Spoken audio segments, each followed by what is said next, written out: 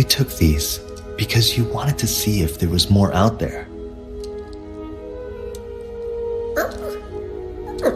Well, see for yourself.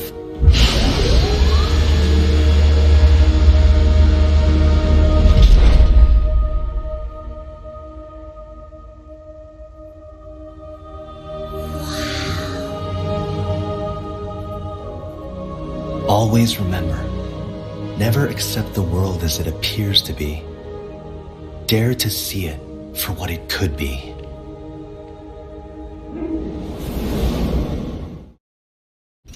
So, is that how we got here? Hi, I'm Euclidean Vision. Welcome to this first video in this series on how to fix the Overwatch lore. I mean, if you think that I'm I alone and could be able to fix such a thing, then that's maybe asking a bit much. But let me start by saying that I'm not here to hate on Overwatch or its creators exactly. I'm a huge fan of the IP. I see great potential in its world and its diverse cast of interesting characters, potentially anyway. I'm also not a scholar or a writer. I'm just a massive nerd who likes his stories, so everything I say is largely just my opinion. If I'm right or wrong, I'm sure people will point that out to me. But I'm certainly not the first person to point out that the Overwatch lore is lacking or not well presented in some aspects, to say the least. I'm also quite aware that some people don't care about the lore at all, and that any investment in the lore shouldn't truly affect your enjoyment of the game. I'm just here because I don't like seeing a potentially good story going to waste. I'm still going to play Overwatch regardless of how poor or non-existent the story is. So, what I want to do here ultimately is outline what I feel are the core problems with how the Overwatch lore is handled and presented, in hopes of finding some solutions that can help us and it move forward. Then we can discuss some more specific ideas for the future, which is way more interesting, at least to me anyway. So to jump right in, the 4 core problems that I find the Overwatch story suffers from are as follows.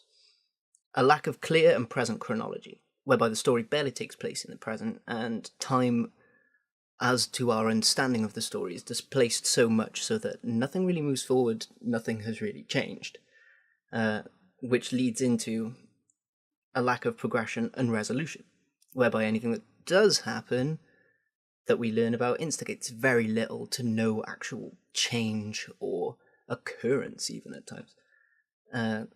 This then leads on to the multimedia implementation, which makes the information that we do have sparse and sporadically available, being available in so many different formats, and while the story relates back to the game, etc., etc. Which ultimately, to bring the final point in, makes everything unreliable. The unreliability of said information either emerges due to the implicative delivery of some of the lore and some of the contradictions therein, or often from purposeful misdirection on the part of the writers. And it's hard to know sometimes where that difference lies. Never mind the retcons and the way they were handled. These are what I feel to be the core 4 problems with the way that the Overwatch story is told. They're not all exactly problems, they're kind of inherent to the method that they're using, but by that notion they sort of are problems. So, if anyone is interested in a more robust discussion of why and how these problems affect Overwatch, or things I'm talking out my ass, which, you've got the right to think that, of course, I've made a companion video where I actually do that, linked here. I can't cover everything, we'd be here for ages if I did, but hopefully that video gives enough of a viewpoint as to why I feel these things are actual problems that genuinely affect the state of the lore and how, etc. So if you're not sure as to why I think those things, feel free to go watch that now, then come back here, because we'll be discussing everything from that sort of base point. So if you just come back, or if you stayed, what possible routes forward are there in order to make the most out of the Overwatch story, either despite these problems, or even by sort of accepting and utilising some of them? I feel the clearest general solution will arise by addressing the fundamental issues, and trying to design a way forward sort of opposed to those. So, in my eyes, the ultimate solution would be a way of designing a regular, determinate, ongoing narrative set in the present, where the past is shown as it becomes relevant. That's sort of like an extra caveat, if you will. If Blizzard does have a story they want to tell, and there are fans that want that story told, then, both of which is supposedly true, a more focused method of story production can certainly help achieve that in a much better way than they have been doing. But maybe that's too general an idea to actually move forward. It's talking in such broad terms. There is the matter of how that story would be told and how it relates to the game as well. It's important for some people, and importance to sort of establish an understandable base knowledge about the entire world. The method through which the story is told will affect how regularly and dependably it progresses. So let's think of a few actual methods into how they could tell this story. First off, no live action film. I repeat, no live action film. I shouldn't even have to go into why that's a terrible idea. A full-length animated film would be far better, but while it circumvents the disconnect a live-action version would produce, it does also suffer from the same sort of storytelling limitations.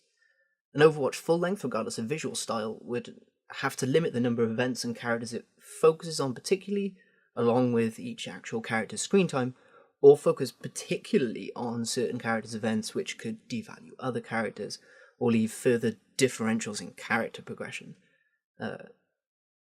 It would also have to be kind of a film, at least would have to be game-changing or progress the story in a meaningful way, or not change anything particularly at all, as is sort of the norm at present. Enacting huge change would be great further into the story, but I don't feel there's enough to the story currently to justify enacting something that big.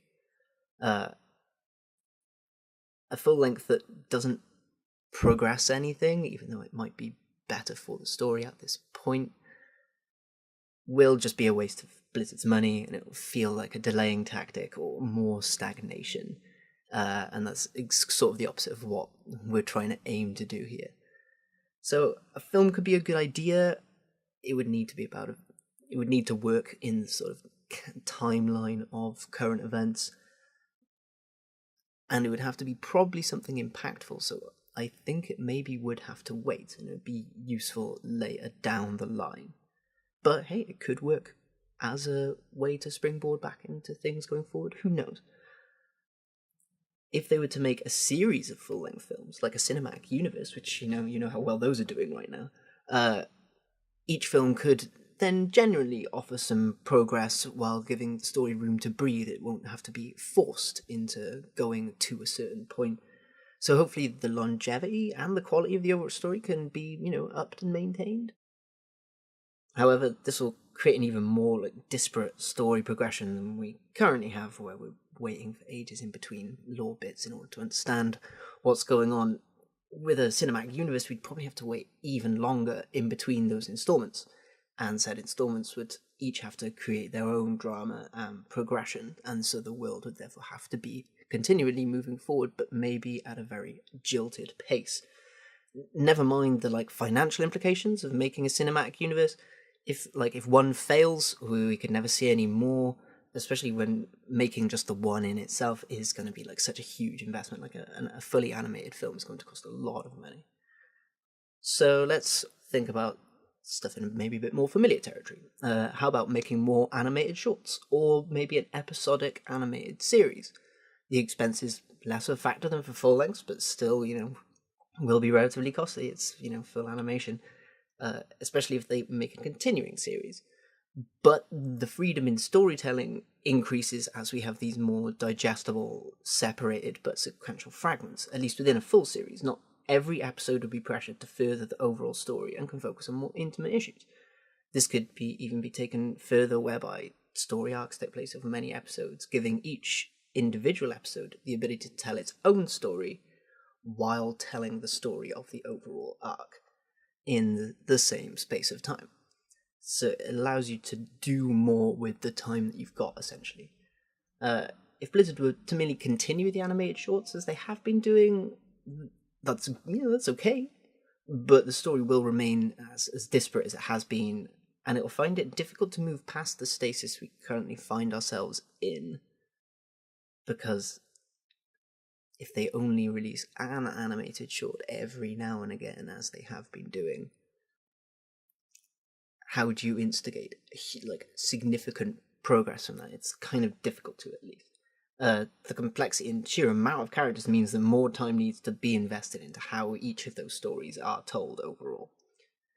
So, that's what I'm trying to get at here. Blizzard's current methods aren't exactly worthless. With merely an increase in regular releases, and therefore the quantity of material available, the lore of Overwatch can feel much more fleshed out and understandable, and actually cogent within a relatively short timescale. The pieces are theoretically there in order to progress. We just need the right things to progress in proximity to each other, so that the story as a whole can progress alongside the characters. So far, I've only looked at quite singular methods, which Blizzard obviously hasn't. Being able to present Overwatch's story through so many different formats, something we've addressed as a problem, but if you watch my other video, you'll see it's not exactly a problem. It's probably the least of the problems, the least significant of the problems, I should say.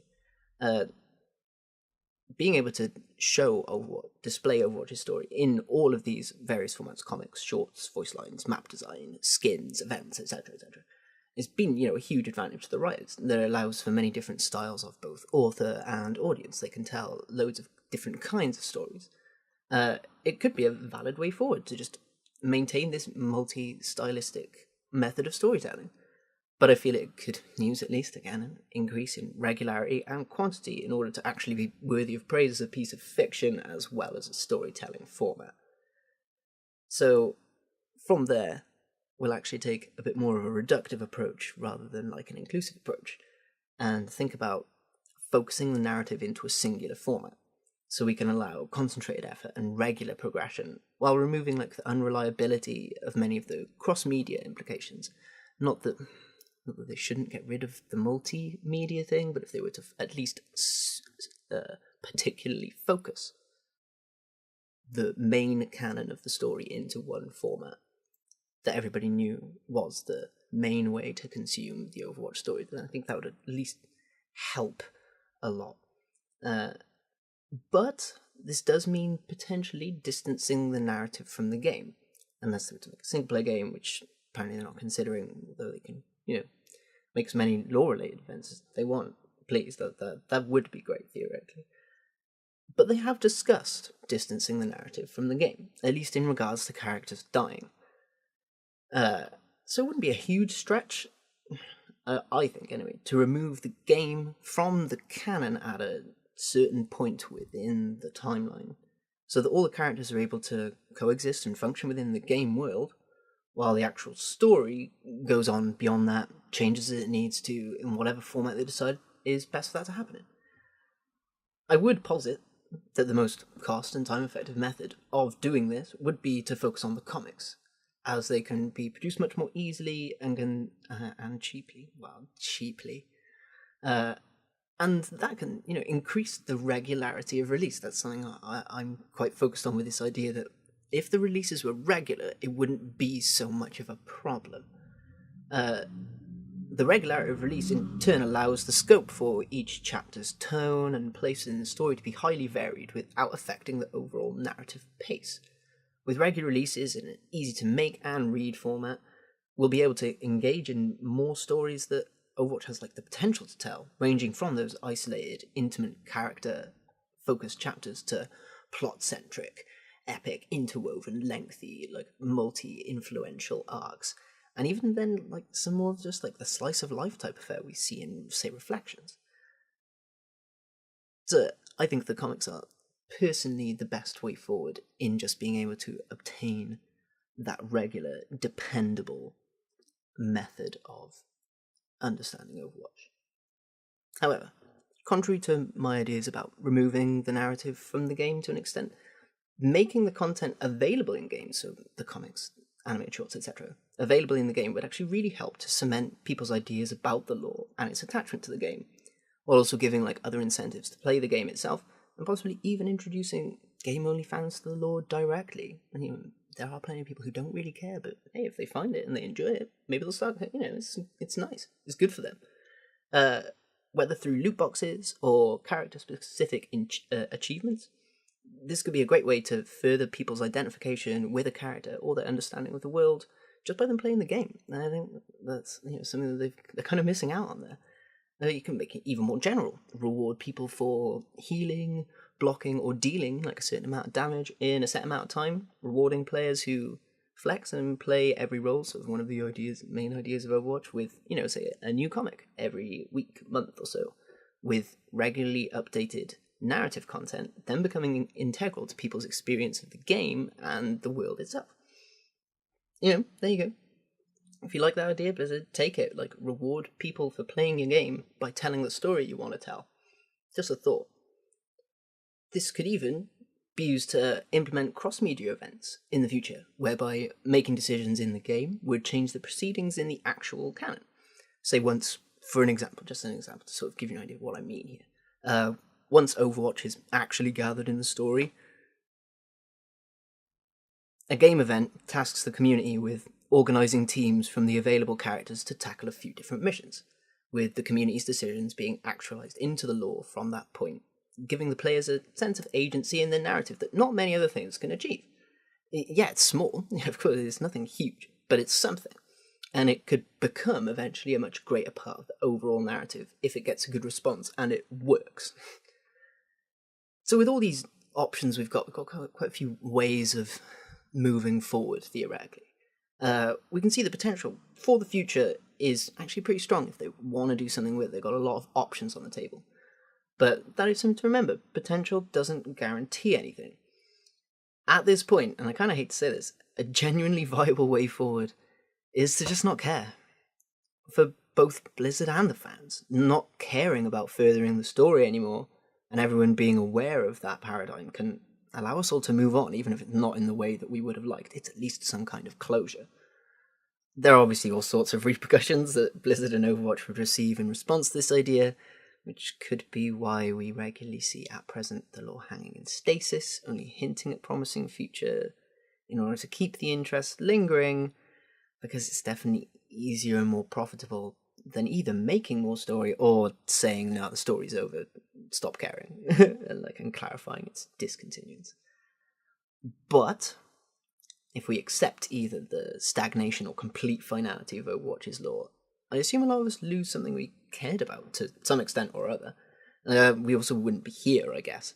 The potential for the Overwatch story has touched possibly now too many people at this point to go to waste, and the so-called magic of Overwatch comes from these people, and their attachment to these characters, as cliched or ridiculous as they or we can be. I know I haven't been able to offer many routes forward for the fans. I've obviously been more focused on how Blizzard could act upon this, but there's more options than just give up or just keep hoping. Blizzard aren't very likely to listen ultimately to complaints and act just out of the goodness of their hearts or to uphold some kind of artistic integrity.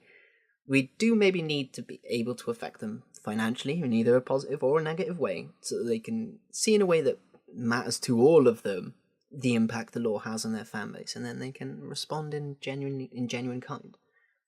Sadly, I don't have many actual answers or methods of how to achieve such a thing. Try to pick up physical copies of the comics if you can. Maybe stop buying loot boxes. But that's the best I can offer on that front, I'm afraid, really. What I can do, and this is more for the fans, really, is try and piece together where the actual story could go from here. Mainly because that's actually way more interesting to discuss than the business implications of making a cinema. But also, because if we can figure out what we're missing out on, if we can figure out what the breadcrumbs are being left for us to try and see what we as fans can get out of these stories, maybe someone somewhere will see that and think, hey, that's a really good idea. Why aren't we seeing that? I'd like to see that. And something could occur from it. Who knows? It's also the best kind of contribution I can actually give to the fans. I haven't been able to give much hope or decisive action moving forward in the real world. But I can damn well think of some ways to do so in the Overwatch world. So, let's properly get into it. What is next for Overwatch? The world is changing once again, Hanzo. And it's time to pick a side.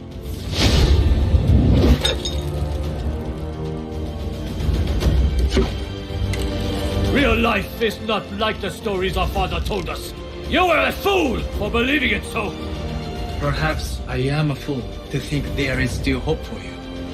But I do. Think on that, brother.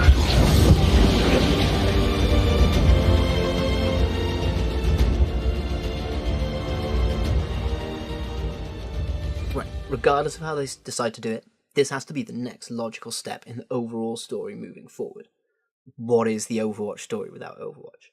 Recall is an immensely important event, not only for our heroes and villains, but also for the world they live in and its populace. The time for picking sides is now, and it will help direct the ideologies and conflicts to come, both between the organizations and also between the characters, regardless of whichever side they take. And so, here are the pretty obvious factions I feel we are initially divided into. Overwatch, Talon, and what I will call Other for now. So here are our heroes in the groups that they fall into at the current point in time that the lore suggests. There are a few... Hey, wait, is someone missing? Looking for me? God damn it, Sombra. Here I am. Been here all along. So yeah, there are a few characters that I won't be discussing here, as we don't know enough about them or their state in the lore at present to really make any kind of firm judgment going forward. So to quickly cover the groups. Firstly, obviously we have Overwatch, with purely the members who have confirmed in the current canon they are going to join or rejoin. Brigitte is maybe an exception, prepare yourself for that discussion.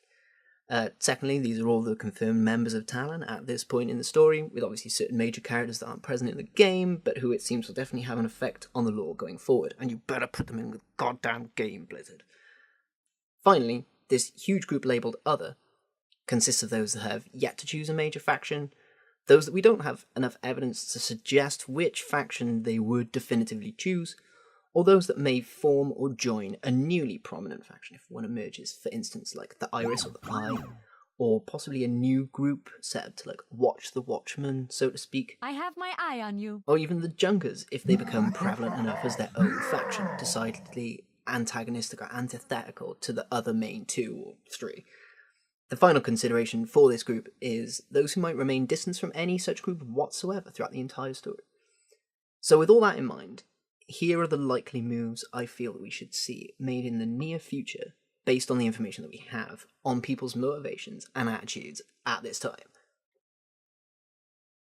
Okay, so Torben Bastion I feel is pretty clear. Kind of ultimately, where better for Torbjorn to take Bastion than to, the place where the giant gorilla is hiding? Yeah, that's probably a good place for the last Bastion. Yeah, that makes total sense to me. I've got no problems. That seems pretty evident as far as I'm concerned. McCree's a weird one. He could actually go either way, or he could see a lot of side swapping. But ultimately, I feel his heart is in the sort of place where he would ultimately want to return to Overwatch or see that its good could be done. Anna and Farah, quite difficult ones, but I definitely think that Farah certainly is going to join, possibly in her mother's stead, or the relationship between her and her mother, and when both of them reconvene around the around the idea of Overwatch, that's when we're going to see some character sparks fly. Anna is ultimately like a good-hearted person. She's acting sort of as a vigilante for now, but I think she is going to prefer a more rigid, actual sort of organised, structural way forward, like Overwatch. Hanzo, I feel his redemption lies in joining Overwatch. It seems pretty clear to me. I'll go, obviously, all of these will be discussed further in a further video. Yeah, see, wait for that. But as he's so vehemently against joining Talon, if he's going anywhere, yeah, I definitely think he's going to Overwatch. Finally, we have Junkrat and Roadhog. They've been included sort of on the side of Talon in several gameplay demos. They're I'm surprised they're not in Talon already. I mean, I will discuss this further, but again, I feel that's pretty damn obvious. So, what you'll see I've tried to like go for here, or what you hopefully will see I'm trying to go for here, is something that Overwatch itself strives for at every turn, as impossible as it might be. Balance. Both from a lore and gameplay perspective is how I want to look at these characters, because once we have sides, we'd better be able to fight for them, do you see what I'm saying? So if you look at this group up top, and take the general consensus on which side of these characters are likely to join, do you notice something? Yeah, it's not exactly balanced, is it? You can do this all you want, but 4 Overwatch members took out an army of these guys, so it doesn't really account for much. Never mind an unbalanced fight, this is first and foremost an unbalanced story. We could maybe use more antagonists to, antagonize, create meaningful conflict and resolution, perhaps. Just a thought. So this group at top is comprised of those I feel have the ability to take either side, but have not given a direct idea of their intentions either way, or whether intentions could be subject to change due to future events or previously unreleased backstory, so we can see old characters in new lights. I find it way more interesting to look at the range of possibilities for these characters rather than just lump them all in Overwatch because they're all good guys. So we could eventually see something more like this, with maybe a little bit of this, or even this maybe? It's going to take a while for everyone to choose a side, and sides could actually be quite fluid for quite a huge part of the story. I mean, it's unsure at this point. But for now, let's sort of bring ourselves back down.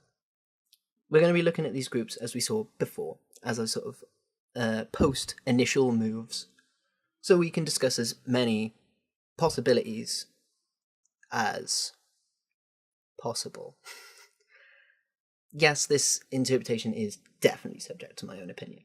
No, I can't deny that at all. Some of you may be like, what the fuck is that guy doing there? Why? But I've tried to be as rational and unbiased as I can in forming these groups while looking for the most intriguing yet sensible possibilities. For instance, I feel I should kind of put Soldier 76 over here, but I also imagine that won't happen for a long time in the narrative, so I'd much rather discuss him outside of that context initially. So, remember this chart. Okay, we won't really need to because it'll come back. The next 3 videos in this series, not including the one where I explain why the problems are problems. The next 3 videos in this series will be examining each of these 3 groups in detail as to figure out why they are where they are as organizations and as individuals, what they're doing there, and what they will go on to do in the narrative as a whole. So, thanks for staying with me. It's been long. I know. I'm sorry. Actually, I'm not sorry. If you stayed to this point, thanks. Honestly, thank you. It took a while to sort of get these thoughts out. I hope I've made some sense. I've been Euclidean Vision, and remember, the world could always use more heroes, but the story could also use a few more villains, and things to happen. And man, I really need to work on this catchphrase.